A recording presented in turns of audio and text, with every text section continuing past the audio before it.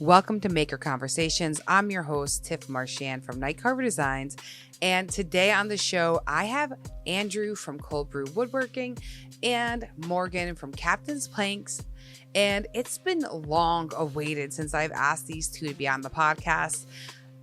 I almost said Captain. Morgan has moved twice and life has been crazy for them, but they're really in a great spot right now where they're making these cool transitions. So I hope you enjoy hearing like this conversation. It's very intimate.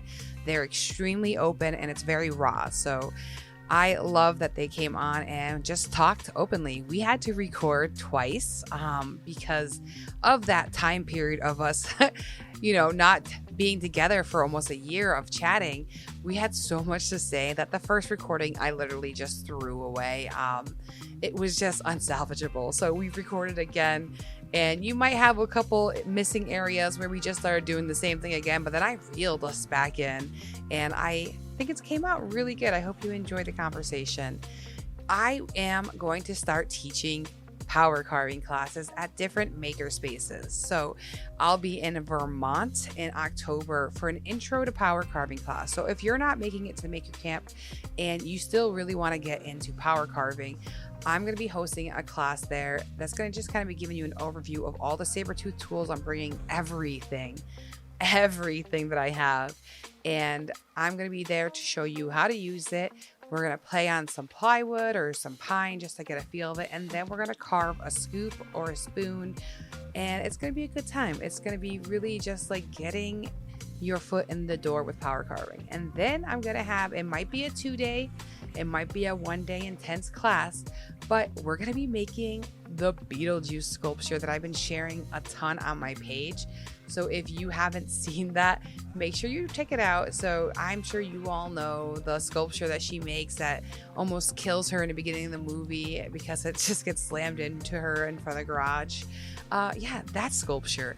I have been working away on it. I'm actually doing a second one right now just because I really want to test out how long it's going to carve. The first one was me kind of figuring it out. And now I'm doing a second carve to kind of just get that all ironed out. So check that out. If you're interested in those classes, then let me know. And a thank you to the sponsor of the show, Sabertooth. You guys know I love them and they are amazing. So stay tuned at the end if you want to hear all about the different things that we're going to be doing at Makers Camp. Okay, guys, enjoy the conversation. I'm going to keep my mouth shut because you know me really well. And you've interviewed me, and I'm here for all the questions, but yes. So I also would like you to ask Andrew questions that maybe you haven't asked him too, that you're curious about as we're talking, because that's probably going to happen as we start talking about things. You're going to be like, what? I didn't know this. Yeah. So we are going to straight up interview you because Morgan has been on as a guest, as a co-host many of times. So no, honestly, we're going to start from the beginning though. When did you like get into making? Because obviously you've been around wood for a long time. You've worked in a lumber shop. No, when did this all happen? Then break it down for us. All right. Well, I won't say no. I haven't been a complete dummy when it comes to building stuff. I've always been working with my hands. So this bed that we're sitting on right now, I built this in 2011. It's a platform bed. It's nothing special, but I pieced together a bed so that I didn't have to buy one. And then I didn't touch anything except for like help my stepfather out, whatever, in like the garage or doing something stupid. Until about 2018, where I was buying my house and I was like, shit, I don't have a dining table, I don't have chairs, I don't have a coffee table, I don't have an outdoor patio set. So I made a farmhouse. I did that Shugibon shit. You were saying dimensional lumber from Home Depot. And I made a farmhouse table. I think it was like 6 foot by like 40 inches or something. And 2 benches to match. And I made an outdoor patio set with same idea, same farmhouse style. I just knew that wood would, everything would kind of expand a little bit more outside. And I did it with pressure treated. So I built that, and then a couple coffee tables, and then I started messing around with live edge, and then I started messing around with epoxy. And I saw John from Mahanui Artisans, the original, saw his page, And I remember I was sitting in a bar in an Island 16 movie theater, and I was getting ready for a movie, and I came across his page, and I texted him. I said, "Man, your shit is amazing. Hopefully one day I'll be like you. You this big guy. He had like 3,000 followers. It was like he Yeah. was like the big dude in the community. I started Well, that used to be a lot though at one time, Yeah. like because It still is. 10,000, yeah. it still is. No, it still is. Thank you, And Morgan. I started Instagram September of 19. That's when that was. So man, I saw his stuff, and I saw some other guys like Backyard Resin, Alex, a couple other makers that I still talk to this day. It's like one of my first 10 followers. Um, I have some of those too. It's pretty crazy. It's so fun. yeah, and they were all inspirations to me. So I started messing around with epoxy, and then John came out with the molds, and I bought one. I bought a second one ever, and then just kind of Well, that's really evolved. cool. I didn't realize that.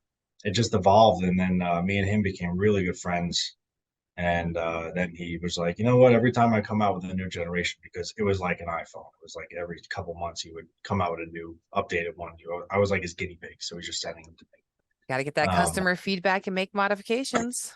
Yeah, I think I bought like 2 or 3 of them, and then he was like, "You're never gonna buy one ever again. So just I'm gonna send them to you when I make them, and then just let me know what should improve and this and that." And I ended up flying there to help him for a week because he got the Woodcraft deal. It was cool. So, but yeah, long story short, I seriously started in like summer of 19. Okay. Yeah, it was a hobby. I was bored. I was a mechanic, well, a master diagnostic technician for Toyota, and I started that in 15. And then by 18, I was bored. I was pissed off. It was the most hostile environment you could ever imagine, a mechanic shop on Long Island. So Oh yeah. I could see everyone was that. throwing Okay. wrenches and screaming all day. So I was just like, man, I need to come home and do something. And turn into that. Oh, she's moving the box. So Morgan, I yeah. love it when you move my box. Yeah. Sorry, I could not resist that one. I'm like, yes, I just handed you that one. I was like, don't say it, don't say it, say it. Just say it. Always say it. Always say it. So when you got out of the mechanic shop though, what did you go into? Yes. You went straight into okay. Yeah, so I quit. What's happening here? I did. When the hell did I quit my job?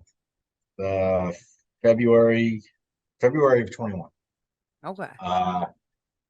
Yeah, February 21, I decided that I was going to move away from Long Island, and I was going to sell my house and go full time with woodworking because I knew I was going to make some money in my house. So I was under COVID forbearance, so I didn't have to pay my mortgage. So I just decided that I was going to ride the train until the end and then pay off what I owed from the profit that I make on the house and then move. So I was just woodworking in my basement until I moved from February till June, July, something like that. I made my way around to visit some makers. I flew to Texas. That was like the week after I quit my job. I flew straight to Texas, and then made my way to Pine Barrens because the pallet house situation. I drove saw down that. there. I was so happy that you were able to go there because I so badly wanted to. Like I'm sitting here with 2 kids and I'm like, I want to go see them. So it was so nice to see that you went there. I put a lot of people before myself. Sometimes it gets you hurt, sometimes it doesn't. But it was good to be there for a friend when they needed me. So it was a complete surprise too. So yeah, I kind of just took advantage of that. Built what I wanted. Had a couple customs. I had to build like a crazy L bar for a guy, like an auto body guy. So I luckily didn't have to finish it. He was spraying it in his auto body shop. But that was an outdoor ocean bar. I had some cool jobs.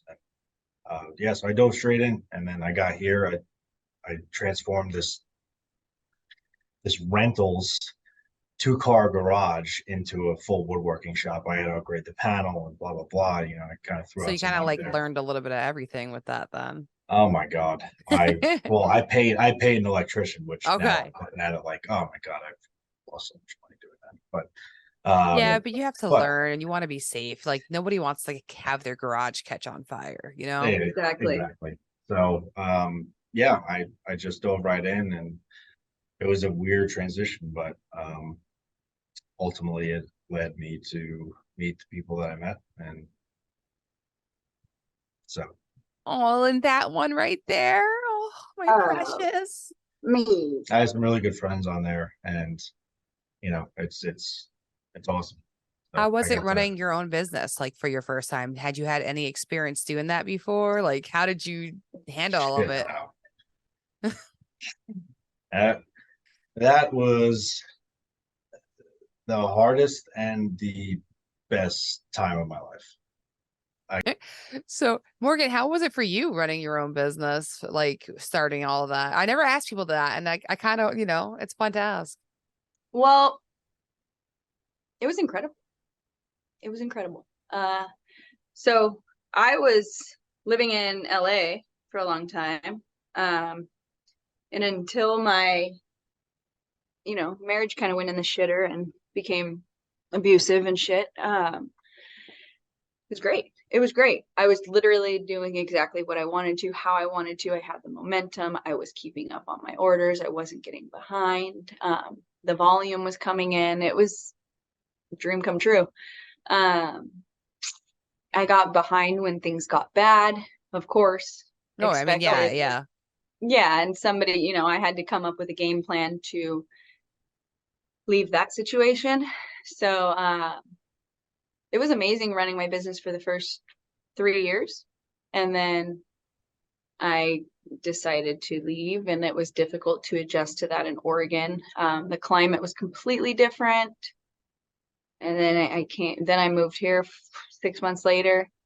So it's just been I feel like a constant adjustment where if you asked me how it was running my business a couple years ago, an absolute dream. I felt like I handled it really well. I did everything well. I had a process down. Everything was going really great. And then my adjustment period since then, it's been chaotic. So we took jobs. I took a job. I'm working full time.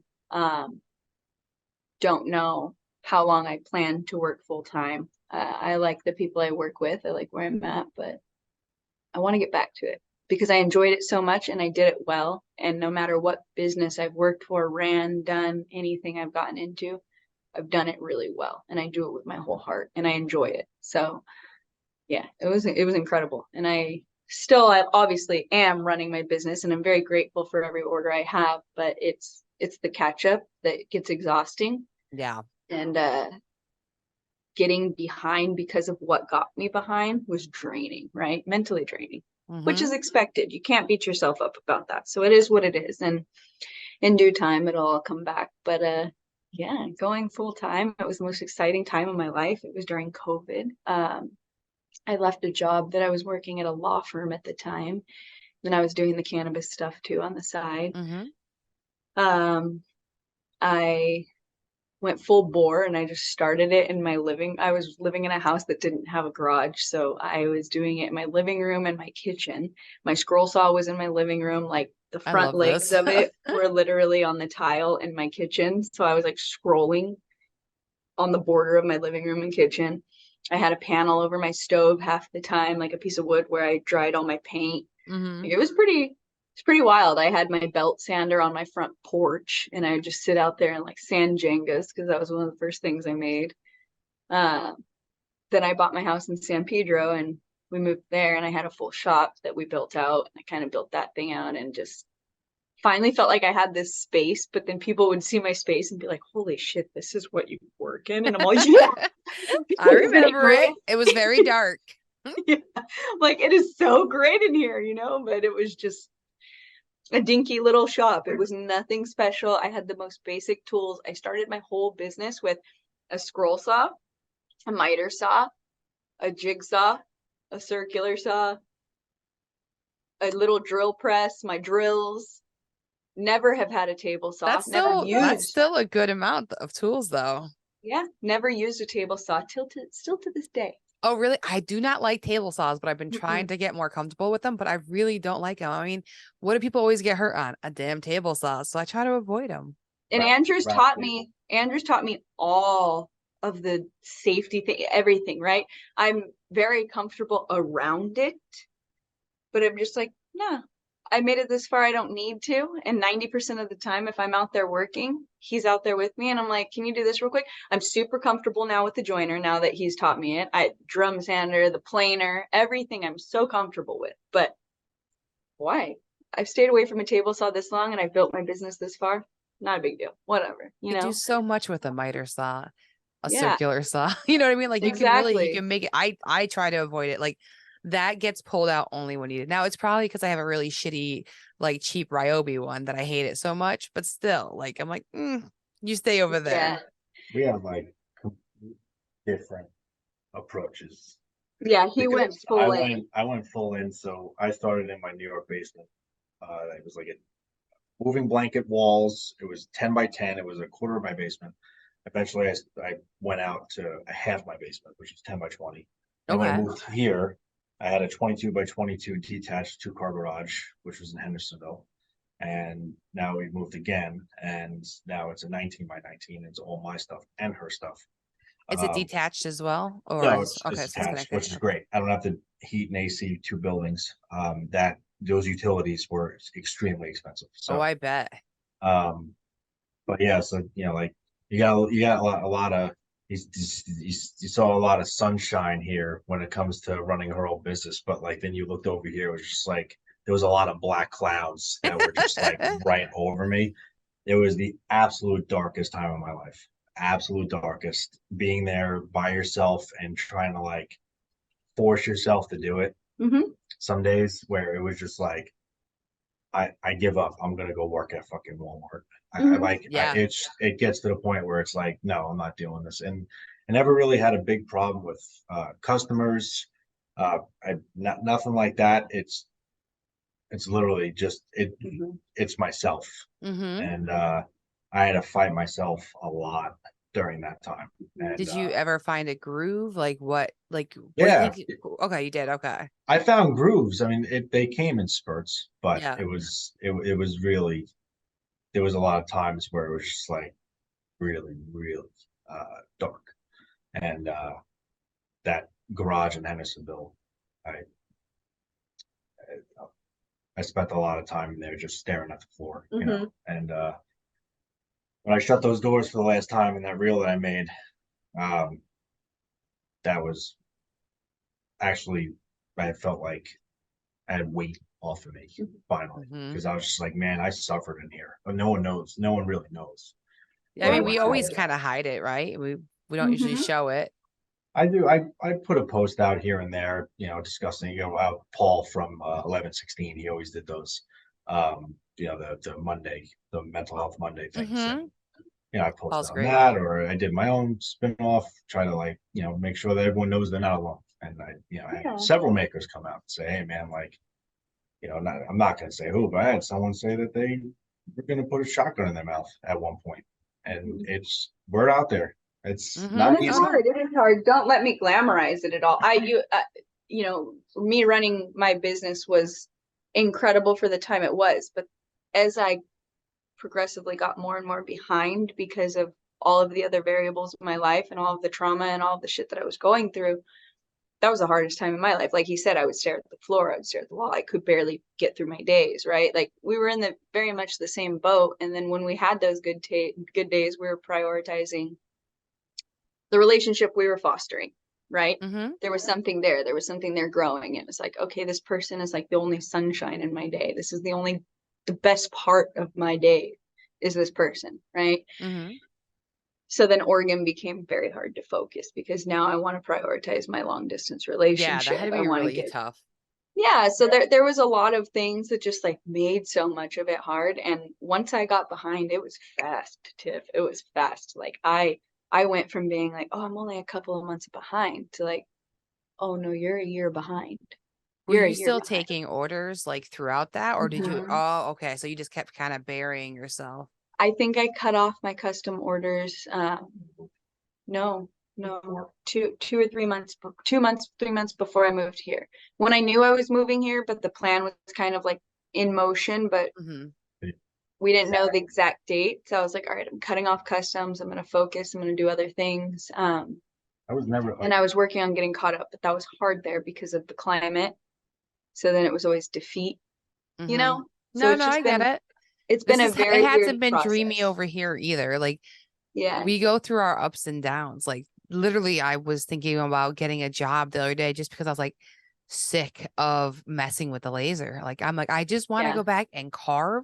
And if I'm not carving, I might as well just have a regular 9 to 5 job. Like, you know what I mean? I'm like, Yeah. I'm It just doesn't over even this, you it know? doesn't even take you getting behind like that. You know, No. that was her case. Yeah. My case, I never I think I got behind on maybe like 4 or 5 projects over the whole time.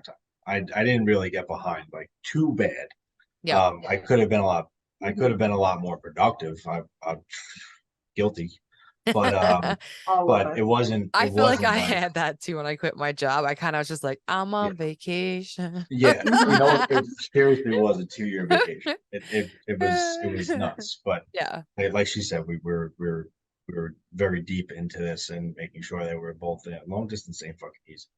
So we was now my priority is to help her as much as possible to get caught up and do what I can because it's still her art. I don't want to impose too much, but when it's something technical that is like Make them backers. whether it's drilling or making backers or something. I'm not a scroll saw person. I don't. Yep. That's her shit. I don't know how to operate the laser. So anything that's going to be coming from those two things, that's all in her. And whatever I can do to help, I can help. But yeah, right now I don't have shit to do. So You're giving me some grace there too, because I'm actually a psychopath. Like, he is a pretty.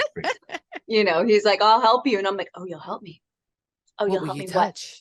What are you going to do? And then I'm like, you're going to tell me how to do this? You're going to tell me how to, like, I get so And then, like I'll walk away and just go do something else. And she's like, I can really just fucking help. I'm like, okay, like why? Why am I doing this? But it's because he's very much, I've always said this. He speeds me up in ways I need to. I slow him down, right? He's a very weird, different type of woodworkers. He's a precision woodworker. I can take anything and manipulate it to fit where I want it to go and do what I need. Yeah. His numbers are precision, right? So he's like, well, this is how you do it. And these are the steps. And it's like, no, sometimes I need to stand over this piece of paper and stare at it for 30 minutes before I take an approach. And it's not because I'm hesitating, it's because I know that when I go and scroll that a certain way, I'm going to be like, ooh, I want to attack this differently, or these layers, or this whatever, or I have a better idea for this dimension, or whatever it may be that I want to do. My brain works as I go with scroll art, not laser stuff, nothing else that I'm doing. No, you're the right, because backers, you got to prepare for all that stuff, Right. The backers, you come up with a game plan. He could do those all day, all of that. He can run circles around me when it comes to like cutting my backers or doing any of that stuff. But when it comes to, that's when I go like this, like fucking do it. Just do it already. Stop staring at the piece of paper. But with the staring at the piece of paper and planning the backer comes with the scroll. There's and a the lot of scroll thinking art that happens. is Yeah. That's the focus, is my scroll work, right? So it's just that the finding that balance where like we both are our own entities that are coming together. We're not a couple that's like, oh, we're gonna woodwork together and I'm coming in and becoming cold brew or helping him with cold brew. It's like, no, cold brew woodworking and Captain's Planks are sharing a shop and living together, and now we're going to try and help each other with each other's work. But I could sand, I could cut juice grooves, I could glue up boards all day, but I would never do that without his instruction first, because his finish game is strong and I want to know, like, yeah. Oh, I know. We talked about it. That's why.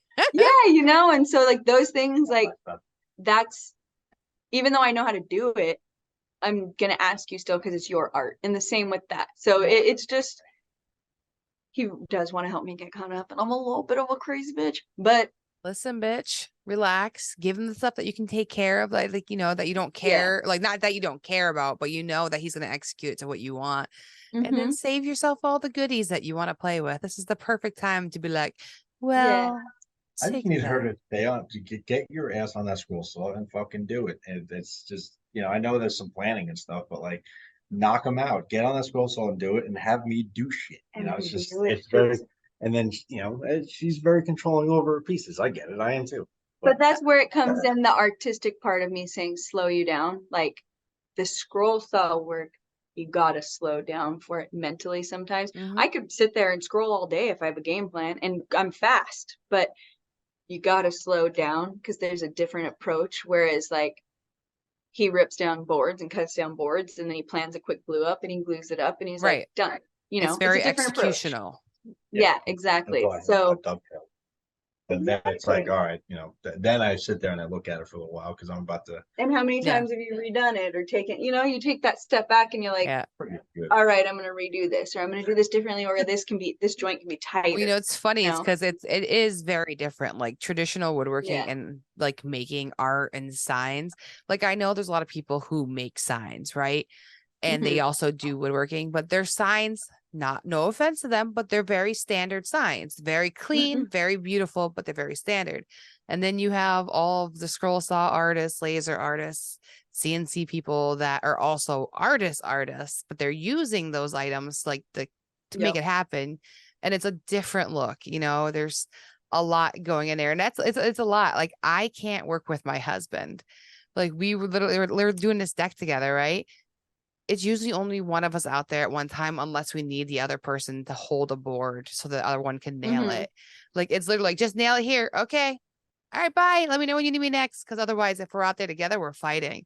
We were trying to do the beams. And I told him like my idea. I'm like, we're just gonna make fake beams.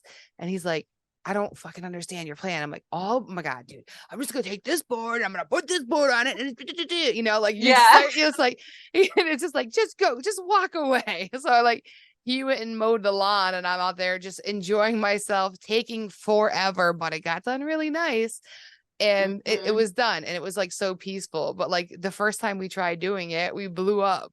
So I'm laughing because I couldn't share a shop with my husband. We tried it and it was miserable. So you guys will figure it out. Yeah, and we totally are, and it's great, and I wouldn't trade it for anything. It's been amazing. Like when we figured out the trick is not like listening to our speaker or Alexa, it's putting in our own headphones. Oh yes, you need your own thing. Jamming and doing our own things. But he had a good point the other day. I have a problem. Like I don't work well with others, and all of my jobs, whether it's cannabis or whatever, I've kind of just been in my own groove and done my own thing and been very like hyper focused. And I'm also always the shot caller, right? With everything that I'm doing in life, I've always been the one that calls the shots. And then I look over and now somebody's in the shop with me. Well, he's building cars, he's doing all these frames, he was in shops with other men. Now he's woodworking, he's in shops with other woodworkers. Me, I've always been in my own little area. She doesn't share with the other children. No. He'll get you to share. Don't worry. And then I'm like, you guys are strong personalities. He's not going to let down. Yeah, I'm like, sharing is caring. And then like it comes time to like share my things, and I'm all, what do you mean? What do you mean that you need to come into my space? So it's learning, but it's not tense. It's more so that feeling of like, I'm like, stop looking at me. Yeah, you're right there. Stop, and then it's I'm like looking over and I'm like, shit, this is amazing. Like, he's giving you a dreamy look. Like, look at my girl over there. Yeah, and I'm a wow. Like it's crazy. I've been waiting for this moment, and finally it happens. I look over and I'm just like, oh, she's on the scroll, so she turns around like a fucking gremlin. What are you looking at? I'm like, all right, that was not what I was expecting. Okay, cool. I'm just gonna go back to stick my head in the fucking table saw now. Played out so dreamy in his head for months, and I'm like, I can't wait to be there. Like, it's gonna be so great. And then I'm like, oh, sorry, this is me in person. Like, what the fuck is that? Imagine it with the mask on too and shit. Yeah, she like rip it off. What are you looking at? I'm like, oh my God. And I got I'm all sweaty and shit. He's all, this is great. It's like the predator taking off its mask. Seriously. Seriously, it's crazy. Yeah. No. Aren't you a pleasure to work with, Morgan? Oh yeah, not in any scenario. Today, one of my coworkers was sitting in a chair and he looked sad, and I was all, "Are you doing okay?" And then he looked up at me and he was like, "What do you mean?" And I was all, "Are you doing okay? You don't look like you're doing okay, but I'll make you feel better. I'm not doing okay. Do you want to talk about it?" And he was all, no, I'm doing okay. Do you want to talk about it?" I was like, "Oh no, absolutely not. I just wanted to make sure you were okay." Happening. Like, great. Like I just had to sneeze. Yeah, he's just sitting there. I looked down and he's like drawing like a stool like that he's gonna make. He's just drawing a plan, and I'm all, "Are you okay? I'm not okay. Let's talk." No? Okay. Okay, great. That's because you're losing your shit having a day job. You're not used to this world. Yeah, I am. I am. Yeah.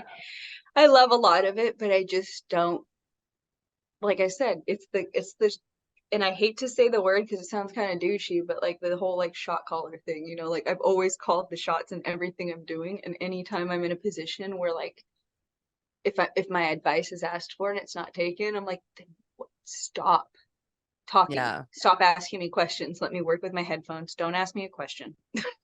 Just don't ask me a question. Oh, I get it. I get it. I would wear headphones all day at work when I was working in the office, so I wouldn't have to hear everybody talking.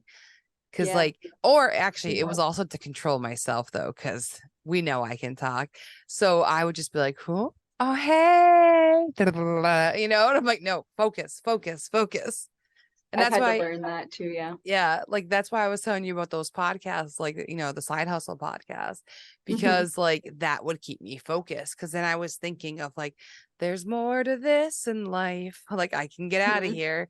Like for years, I just kept like listening to those things, like learning and absorbing while crunching data at work. Like Oh yeah. I think needed over it. the last week I've had like 47 new business plans every lunch break. I'm all, "Okay, Andrew, Hmm? here's the new one." He's like, "Geez, See, that's Morgan, in just..." my husband all the time. I have a new plan. I have a new idea. Where I lived, where I moved here, not this house, the other house. It was like 15 miles from work, and it took me like 25 minutes. It wasn't Okay. terrible. And Yeah, then I it's not moved bad. here, and it's still 15 miles, but it takes fucking 50 minutes.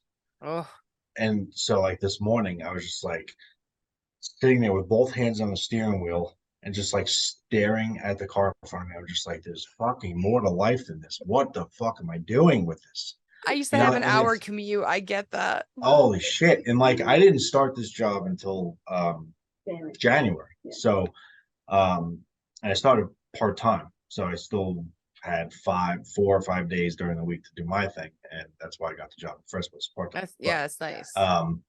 So I had from July of 21 to January of this year, just in my shop. So I didn't have to leave the house. I didn't realize that there was even traffic in my town until probably a year in, when I left the house at like 5 o'clock to go to UPS because they were closing. And I was just like, shit, I gotta go send this out. And I hit traffic. I'm like, the fuck is this? Like I had no idea this existed. And that's again, not having to leave your house is amazing. But when you're the only person there, I constantly had music blasting, whether it was on my speaker or my headphones or whatever, because I was trying to like silence the voices in my head where it was just like, get a job. And I was just like, you kind of go crazy a little bit. So No, I agree. I have 2 children home with me every day too, on at top least of you have it. someone to talk to. I mean, sure, sure.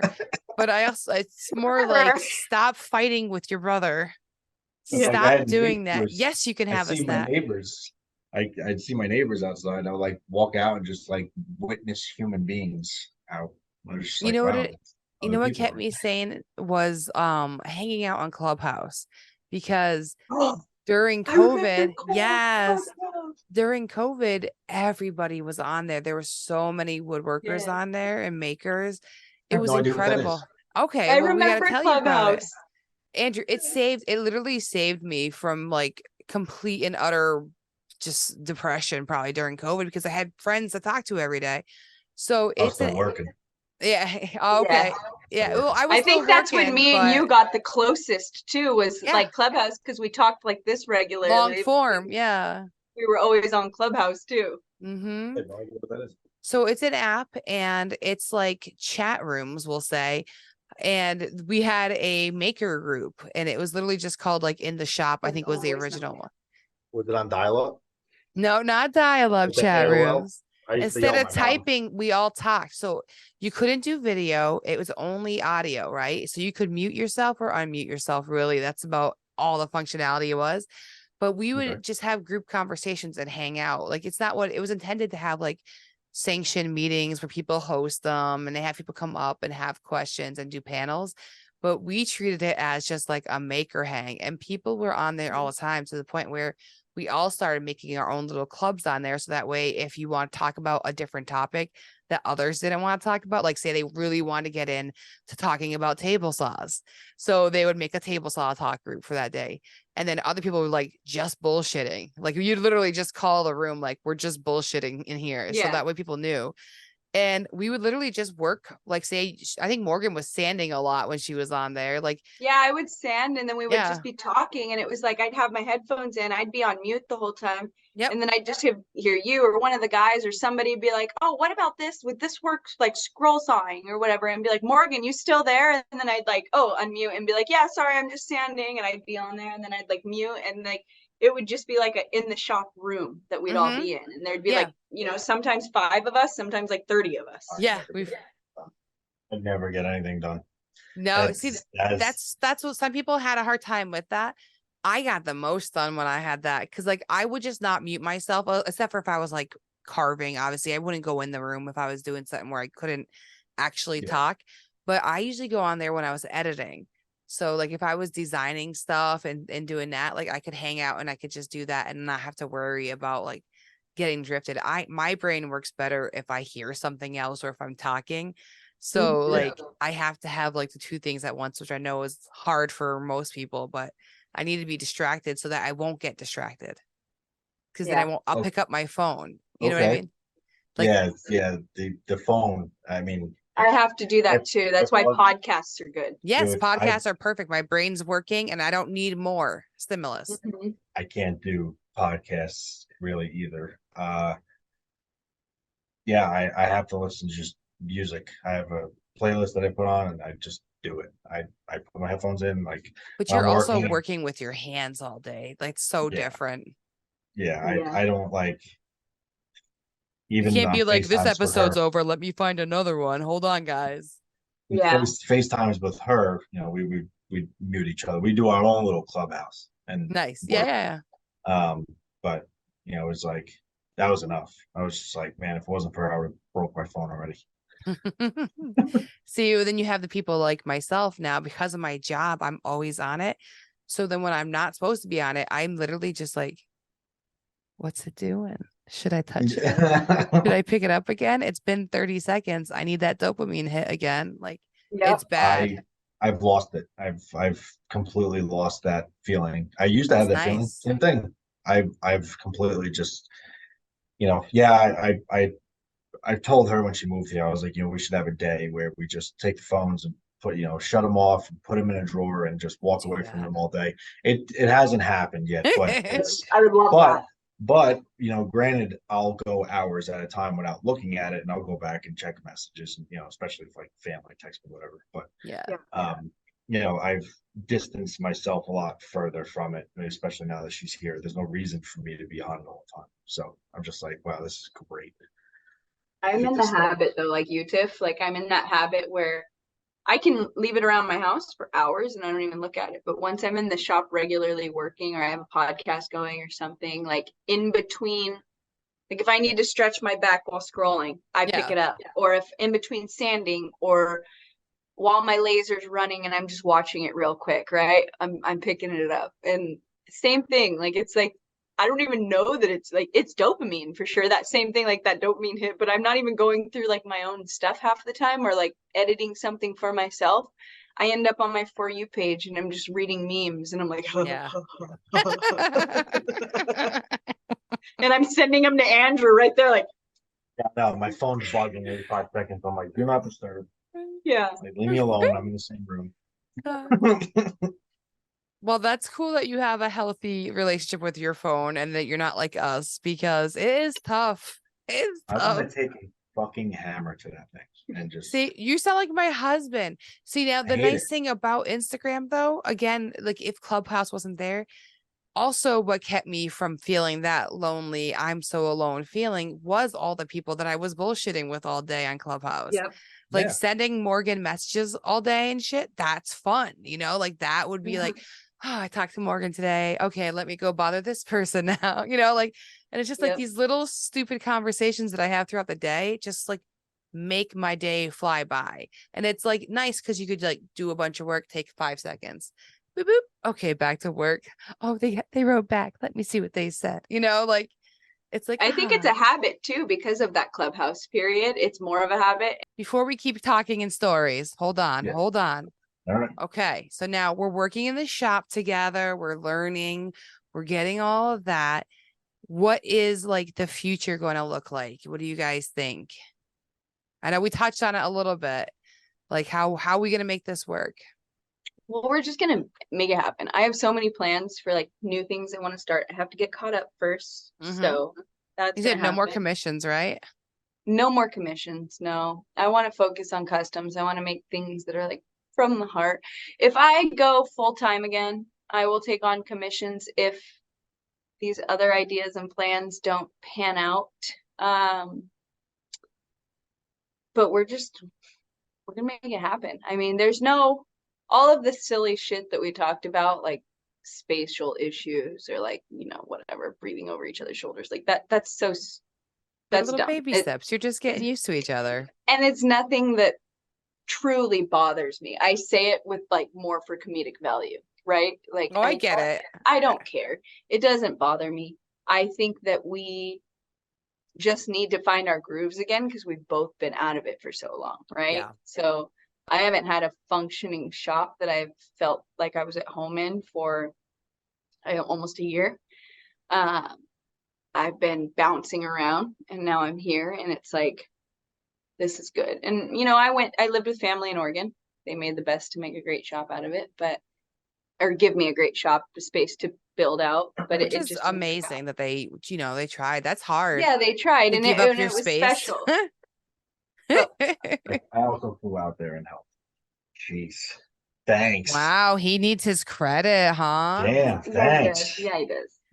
But that's all right. Give him credit. He did. He did. I He know. came out and set it up, but he didn't allow me the space at the time. Yeah. To give right? your That's what I'm space is saying. tough. It is. I don't want to sound rude on behalf of my family because they extended something that I needed at the time.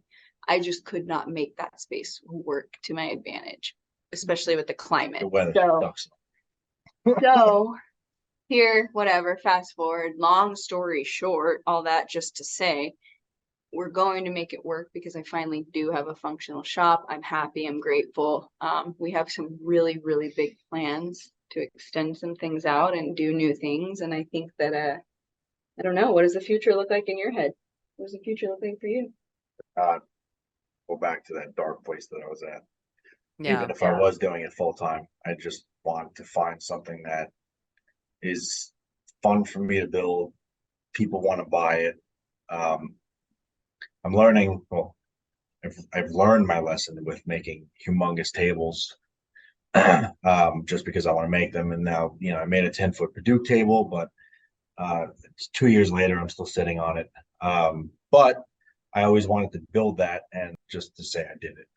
So it's fun to do that experimental project that may not be the wisest thing to do for your business, but at the same time, it's like your heart really, really wants you to make that. I didn't have the space to ever make a table that big in my basement in New York. So when I moved here, I had, a driveway that was 150 foot long and my big 2-car garage And I had nothing but space. And I also had a dining room big enough to put that 10-foot table.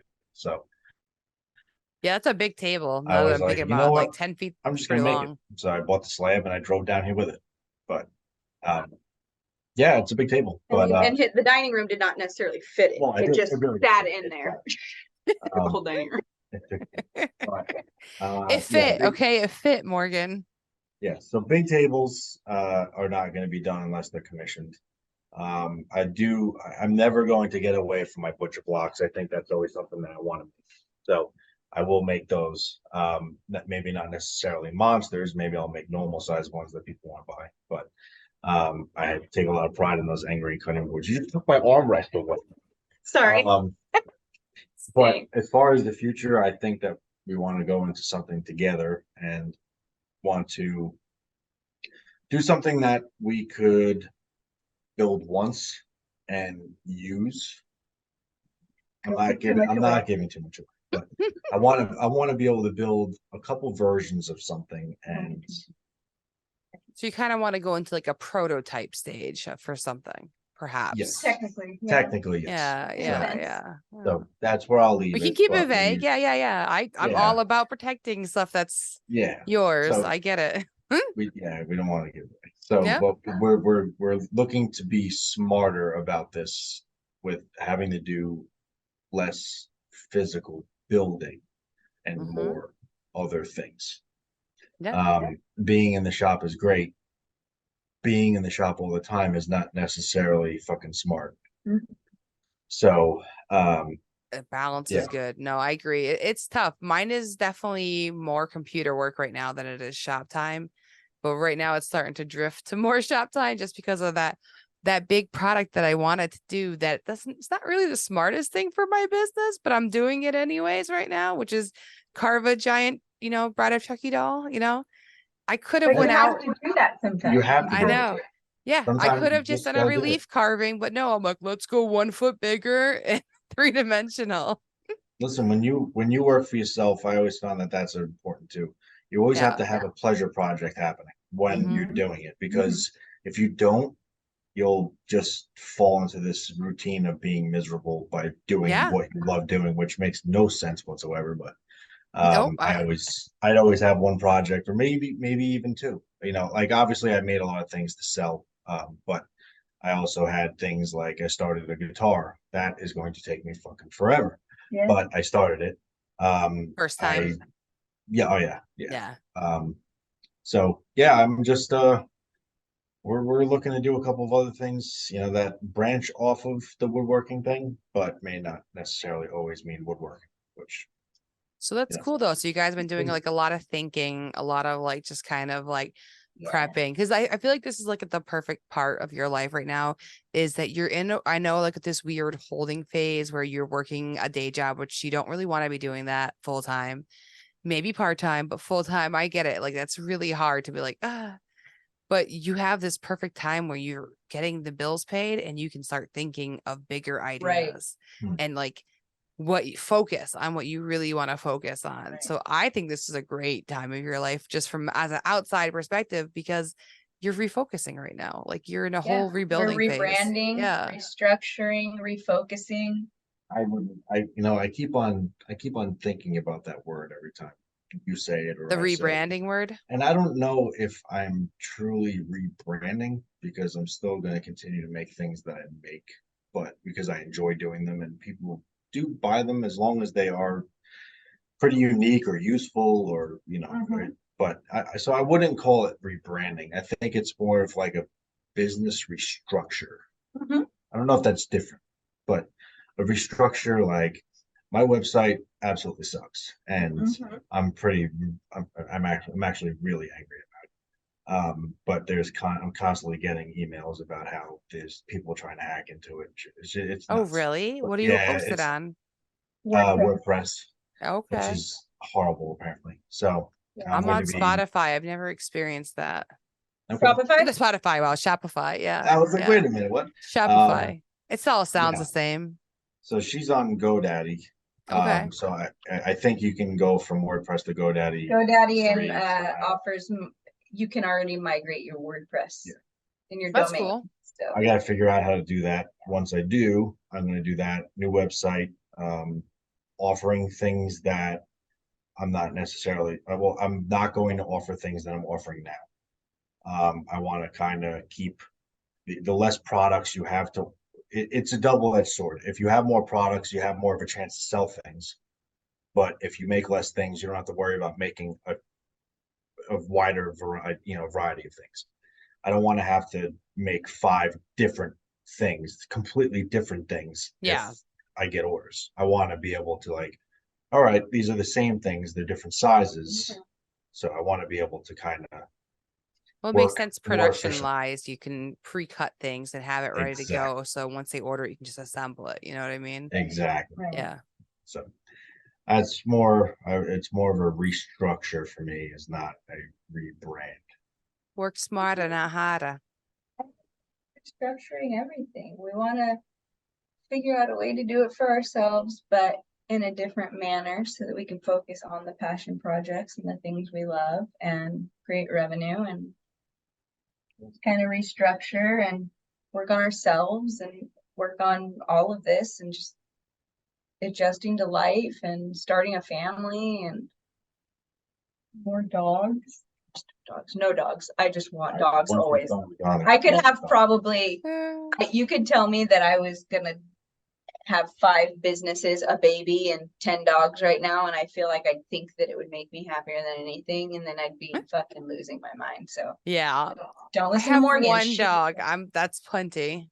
The Plenty. 2 dogs is enough, and when they're Mm-hmm. gone in their time, they're gone. And that's That's it. how I feel too. I always say, like, I keep want my warning my freedom. kids. I Yeah. want my damn freedom back. And You then have a kid, at least at and then least you want to have a kid. if there's but at least Good I'm like, luck. didn't we just say we're Good gonna luck, there's a friend. difference. You can pop the kid on one of those things to hold it and just walk around with it. They're not like- quiet, just so you know. I know I'm not saying quiet. I know. I'm It's joking. just, at But least honestly, if you have that mindset though, where you're not afraid to go out in public and do that kind of thing with the kid and experience that, like I see so many people who did that, and I'm always just like, because me, I wasn't leaving the house because I was fucking miserable. They wouldn't stop crying. Every 3 minutes, somebody was throwing up or shitting themselves. So I was like, I'm not leaving. Like, you serious? Like, no. I hope that that's the case where I am at the point that I can just, because that's the goal with these other businesses that we want to start together. Like, we want to go in on something together, like you said, but we have no intention of stopping what we're doing. No, exactly. We And just keeping wanna- your identities and and being Right. you.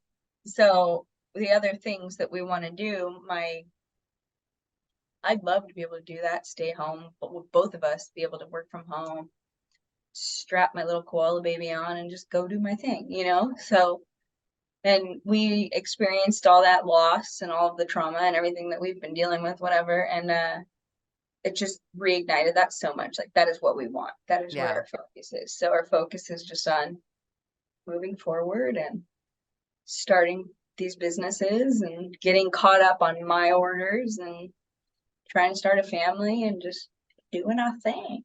I love it. Also, can I just say, isn't it funny that once you start one business, you're like, let's just start another one. Hey, let's Yeah. start. It's like, but it's like you've already gone through it though. So like you kind of like the fear is gone. Like why not? If it fails, it fails. Let's start another one. Let's do this. Let's try this like- idea. it's like the Michael Scott Paper Company. Tell me. I have not watched The Office in a long time, but go ahead. Tell me about the quote you want to quote here. Oh, well, when he's in the office, when they finally are trying to buy Michael Scott Paper Company out, and he's like, "I'll just come up with another one," and then they interrupt him and was like, "Michael," he's like, there's another one." He's No, just like, but "I'll just make paper company after paper company after. I'll Yeah. just keep on doing it." Yeah, because you learn a little from every single business though, or everything that you try and maybe doesn't work, or any new product that you launch that may have failed. Some work, some don't. Like it's kind of cool. Mhm. So I don't know. want something that's more hands off, something that I can just. So you liked my idea about what I'm doing, where I'm kind of like relinquishing Yes. the power of making Right. my Yes. product myself and Yes. and trusting somebody to do it for me because I know they're going to do better than me. Like, that's how I feel about it. Like, they're going to execute that better than I would. So let them do that and let me focus on what I can focus on. Yeah. And you understand too, like you said, you've seen other versions of this, but like not as good, or they're crappy, or they're not interesting for the kids, or whatever it is, right? Yeah. That's the same reason we want to keep so much of this quiet and private right now, is because I don't care if I ever see somebody copying my work like that. I'm not that person. You'll never hear me be that person who's like, oh, somebody copied my work, I'm gonna freak. I really genuinely don't care. Do it. We're not the same artist. You're not going to do it the same. It's always different. Right. It's always different. But my issue with speaking these things into existence before I've brought them to fruition now is that so many times I've seen people, especially people I consider friends, who I've spoke to privately and, FaceTime, whatever, and just given these ideas that I want to advance on, but I'm behind, or I can't get to that just yet. Right. So then I watch somebody else rush into one of my business plans that I shared with them privately, and they rush into it and they do it poorly, and they do it where it's not up to par in my mind. And everybody does things different, but I'm like, damn, I really had this idea and I shared this idea, and now I'm watching you try to execute it, and you're not doing it to a standard that I would do it to, and it frustrates me. And so the same with what you're doing, you're holding such a high regard to the outcome of your product and how you want it to look and the quality, and you're willing to outsource that so the quality is consistent. Yes. And then you're not being super vocal with it because you want to protect that right now, because you don't want to see somebody turn around and do it not to the same quality you would do it. If I start seeing these float around and they look like shit, like, it's gonna piss me off. And like, that's why I'm going very through disappointing. the trademarking thing of like, at least like getting the logo and the name and all that done, because like, it's a catchy name, I think, and someone could easily take that. So like, when I came up with it, I was like, ooh, that's perfect. Ooh, the logo kind of just came to me. I'm like, let's tie this with this, and like, it all has like meaning to it. So like, if I saw somebody just rip that off because I wasn't too cheap to pay that $1,000 to trademark it, like, it's $500 each trademark. It's expensive, but it's worth it, Tiff. It's so worth it. You're protecting your intellectual property. I'm pulling my credit card out tomorrow and doing it officially. Today's where I saw the price. I was like, worth it.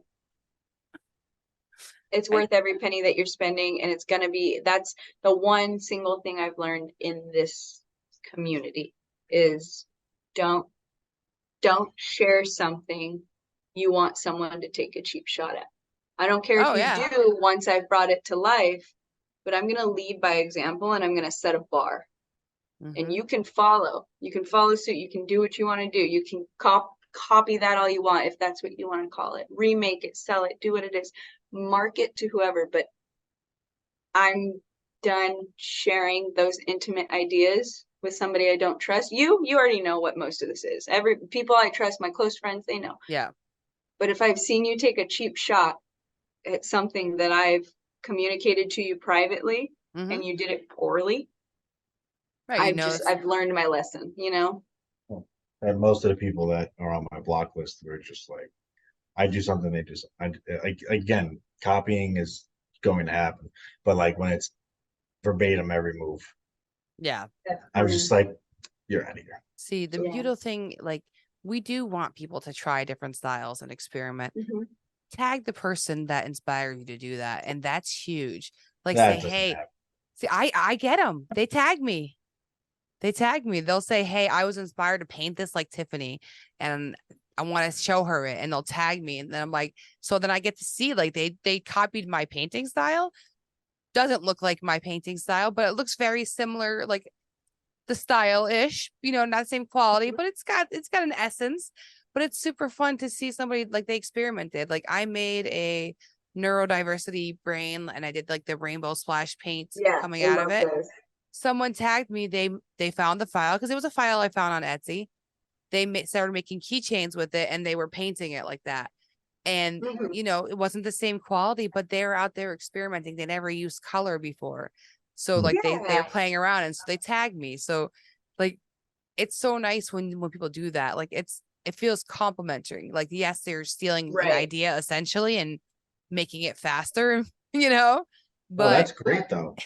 I love yeah, they that. tag, And when you tag, it's nice. Or even if you don't tag and you send a send message, it. Yeah. Yep. just send a message and let you know, or that's fine.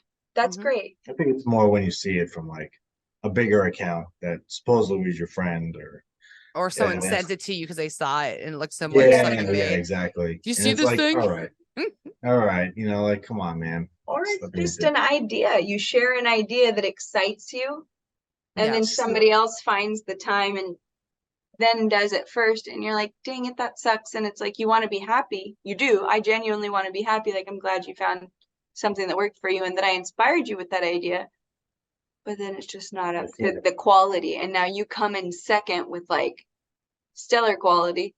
Yeah, that's seriously, that's been my fear, is that someone's gonna beat me to this. Like that That's has my been fear my with these fear. new ideas. Yeah. Yeah, So I've like seen this happen to her like 5 times already. I'm just that like, you guys sucks. suck ass. Yeah, yeah. No, you can always tell me your secrets. I won't fuck with you. But no, with me having like I'm running two businesses that aren't even mine. You know, like I do a lot for Sabretooth and for Workbench. So it's a huge distraction from my other stuff. Plus, I Yeah. have two kids and a husband, and I'm supposed to give them some kind of attention, and the kids are home all day with me. So like Yeah. I'm constantly being pulled away whenever I have a brief second. So like I get so down on myself for not being further than where I am.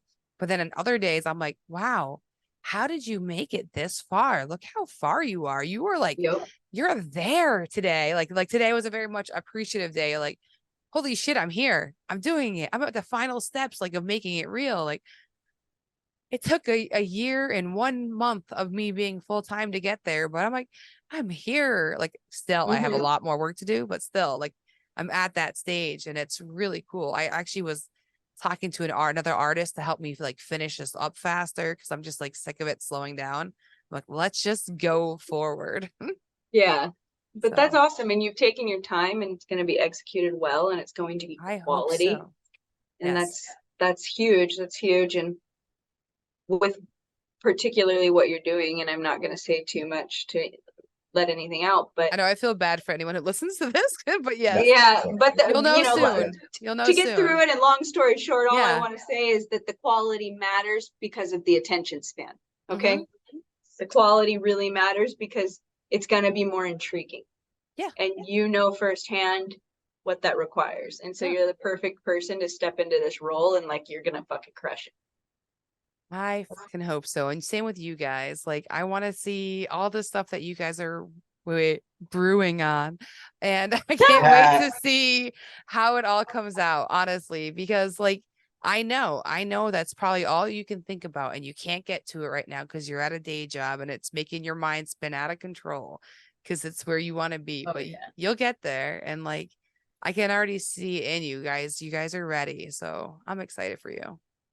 Thank you. Yeah, You're welcome. it's rough, but we'll get there soon. Yeah. Hopefully. So phase, it's just another phase in life. Yeah. I'm a wise 41-year-old. Listen to me. The quiet has made me sad, but also motivated me like crazy. And I think the quiet has discouraged him a lot. And he's just starting to get to that maybe motivated, self-motivated point again. But he's woodworking full time right now, 7 days a week, at home, at work, 8 hours a day. Then he comes home. So he's exhausting himself. And then he just feels like, fucking, I'm living out my dream for someone else right now. Whereas Yeah. me, I'm sitting there office managing where he's woodworking, and I love it most days, but I'm listening to the tools and I'm smelling the wood. Oh, that's gotta be so hard to hear. I'm like, Yeah, I hear them like pushing something through and it's like and I'm like, it's so good here. It's so good. I've never worked in that environment where I couldn't just like pop in the room. So many years Yeah. ago, yes, I had, but like I worked at a polymer I wouldn't say factory, but plant. It was like making the Welch's juice labels and corrugated boxes. So the shop was right there where they were pouring like big sheets of polymer, making giant molds for the press and stuff. Like, so that always intrigued me. but I was working in like the design office and the customer service area and stuff. So Yeah. that like I'd get to go peek, but that was like my only real experience where I was near something that I couldn't go to. I haven't talked about that job in a long time ago. That was a long time ago. I used to make the Welch's juice labels and beer nuts. Ooh. And beer That. nuts. Oh yeah, beer nuts labels. That was me. That was me. Yeah, it's different. It's a balance because it's a great environment to be in, you know. It Yeah. really Oh is. yeah. But it's too not much it's sometimes. not PetSmart. Not against anybody at PetSmart. I don't want to go work somewhere like that, right? I don't want to Yep. work retail or do something like that. So my position's cool, but to see these gorgeous pieces come to life and then they're like, you know, I want to sit there and appreciate it or watch it being made, but then they're like, Morgan, chase down the money for that, you know, or go, you know, Yep. and I'll get It's back all on my set. Go computer. fill that PO. Yeah, let me just get back in that mail pile. Yes. Great. So Oh, it's man. different. It's an adjustment, but I think the discouragement, I mean, correct me if I'm wrong, is coming from you just working so hard elsewhere and then just feeling like, Yeah, that and just Instagram in general. It's Not the going same. nowhere right now. It's It's not summer. the same. Let's just wait until the fall comes back in the winter and people are bored and they're on their phone again. I hope so, but you know, like I'm very, I guess you can say I'm jealous of the people that have 2,000 followers and 500 orders, see? and I have 60. Actually, I haven't moved at all. 65,000 followers, and so it's Watch the them the and see what views they're doing. the But he's views been aren't quiet there. too. He's been very quiet. Yeah, but I've came back, and you know the views aren't there. The engagement's not there. The stories are way down right now, and you know, like I'm trying to do things on there. Yeah, but you know, a week ago was 1,000, and 500 yesterday. It's like, all right, what the hell's going on here? That's a That's lot a for a lot. lot of people, though, too. It is. That's Yeah. what you got to remember too. Like Yeah. when you said earlier, like only 3,000 people, and I'm like, that's a freaking lot. It's just, you know, it's just No, I understand. Like when you're used to seeing a certain number and it's cut, it hurts. yeah. Yeah. It's like doing the get it. same amount of work for a less pay. It's Yeah. like, all right, why? Yeah, why am I bothering with this? I don't know.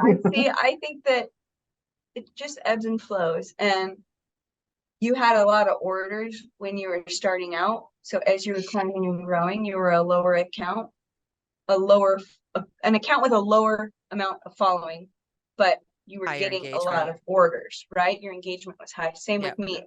And then I hit a plateau. We all do. And I said this on one of your podcasts before.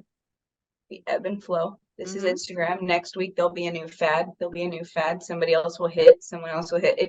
It comes and goes. That's just Instagram. That's what it is.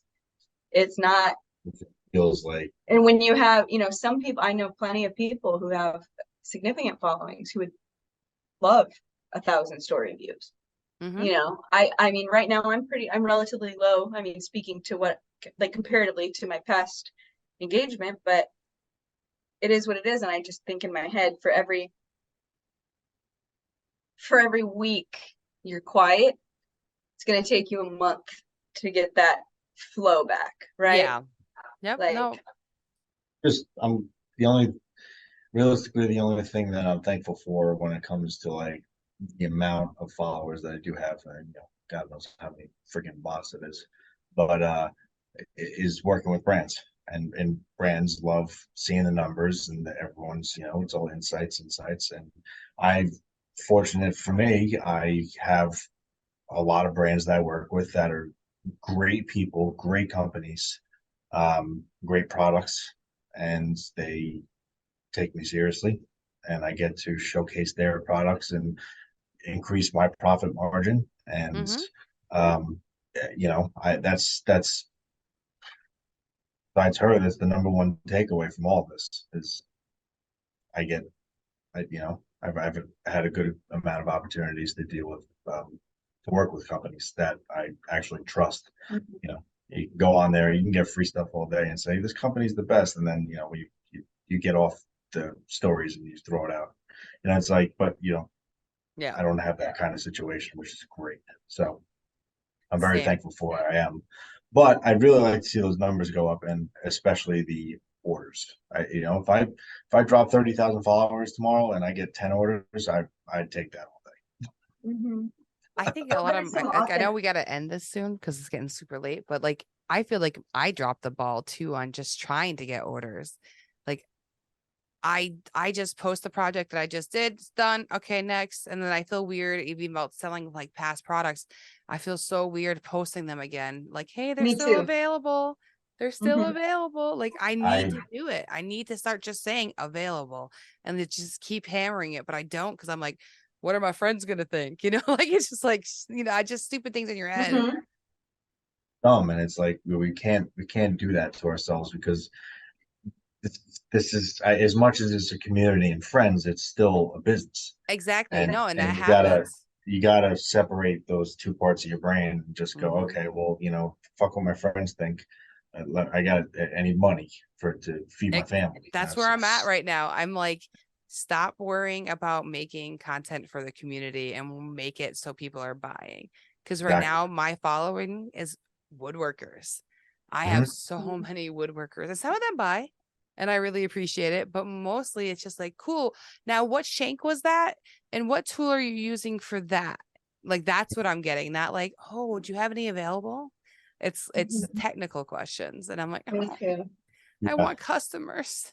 Mine's all technical questions and like life questions, like I've almost what happened to your life in San Pedro or shit like that. And I'm like, People Yes, just ew. wanting to no know reason. the, yeah. Yeah, Yeah, I'm like, I don't even know who you are. I don't know your first name. Why are you asking that? man, I've almost gotten to the point where I've just literally just took everyone I followed off and just went down to zero and just had my account literally there for business. But I have Be gentle with that. I You'll have get blacklisted for a while. Just a few, unfollow a yeah. few here and there. Don't go Yeah, Oh crazy. no, isn't it we like do. isn't it Yeah, like yeah.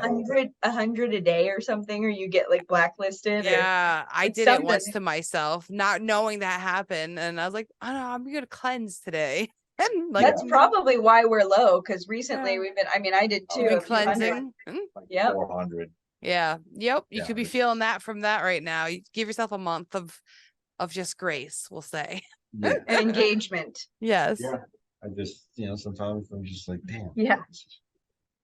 Yeah. And hopefully I won't have to stress out as much about woodworking orders once everything else is kind of going. So number one is just getting her caught up and Yeah. I mean, yeah, that's really what you got to do before you can move on anywhere. So Mhm. cool. Well, we're going to yeah, continue to chat offline. Not today because I'm tired, but like, cool. let's stay in touch now. You can't disappear again, Morgan. I've No, got him she's now. You got to stay in touch. but yeah, Plus, if we you help get in each touch other with her, out by having these conversations. Just checking in with each other keeps us sane, you know? yeah, Yeah. You know sure. what it was? I got so tired of like, and I did it with, I went quiet for a while, even on my best of friends, like Mm-hmm. I get childhood it. friends, nobody Yeah. from Instagram, like, people like sisters.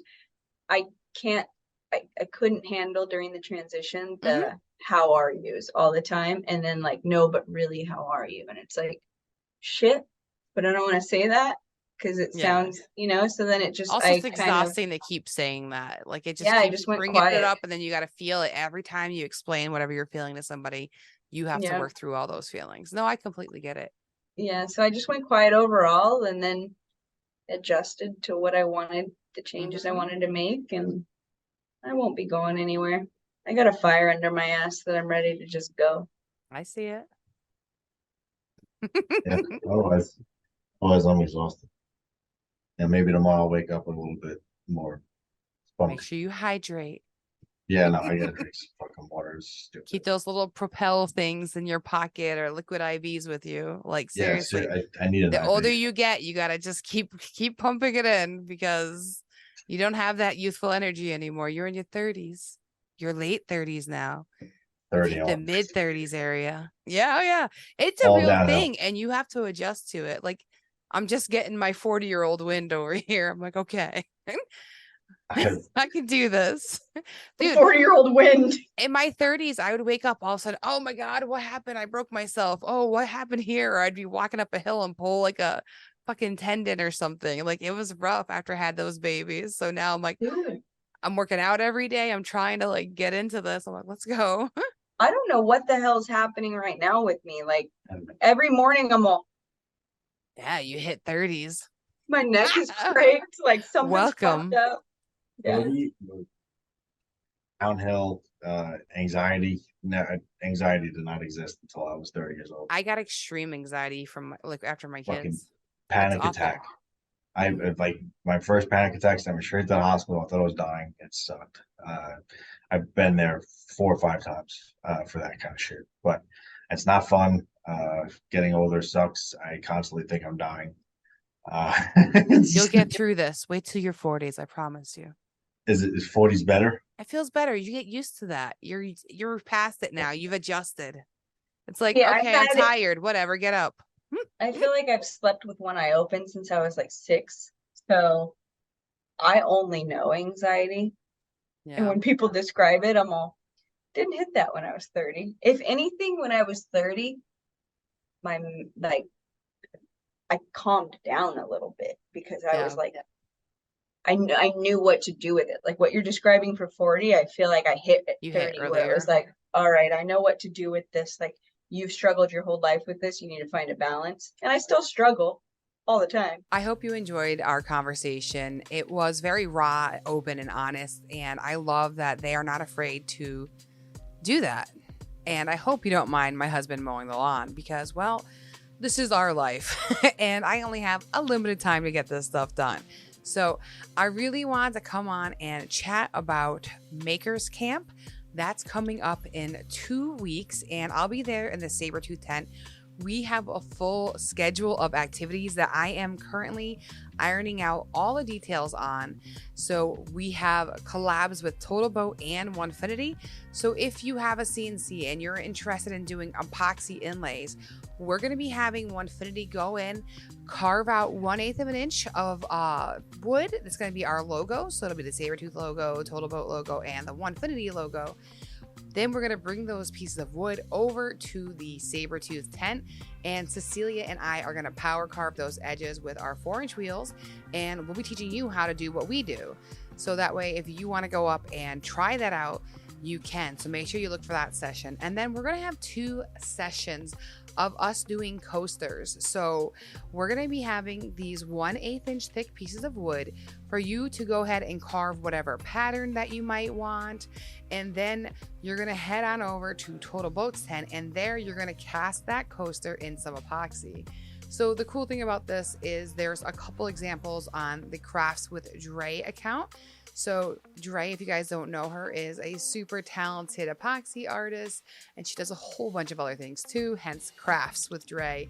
So go check her out, and she's going to be in that tent. Lindsay from Woodbrain is going to be over there, and they're going to be doing these coasters with you, and they're also going to be doing an epoxy inlay demo. So once we're done power carving that, those are all going to head over there and get those inlays in there. So if those things are a very spark of interest in you, I can't talk anymore, then you should go over to those booths and check them out. It's going to be a great time. We really wanted to have some, or even I'll be honest, I really wanted to interact with other brands more because I sincerely believe the more we collaborate, the better it is for everybody. And it's going to help people have a reason to go up to that Total Booth tent and say hello. So if you're interested in epoxy, this gives you something to go play with. So I hope you guys enjoy these new ideas that are coming out. We're also going to have spoons. We're going to have scoops. We're going to have some beautiful wood from Miller's Rustic Sawmill there too. So come say hi to us at the Sabertooth tent. And thank you to the ISO Tunes folks. I just got an email today. We're going to be having headphones for you guys to try. Don't worry, there'll be Lysol wipes this time to wash them for the next wearer. But we're going to have 20 sets of those for you guys to come up, wear those while you're carving so that way you can be extra safe. I do recommend though you bring your face mask and any kind of eyewear you like to wear, if there's goggles or whatever kind of glasses. We will have stuff too if you forget it or don't want to bring your own. So anyways, I'm going to stop talking. I hope you have a great day. Thank you for listening, and love you all. Bye-bye.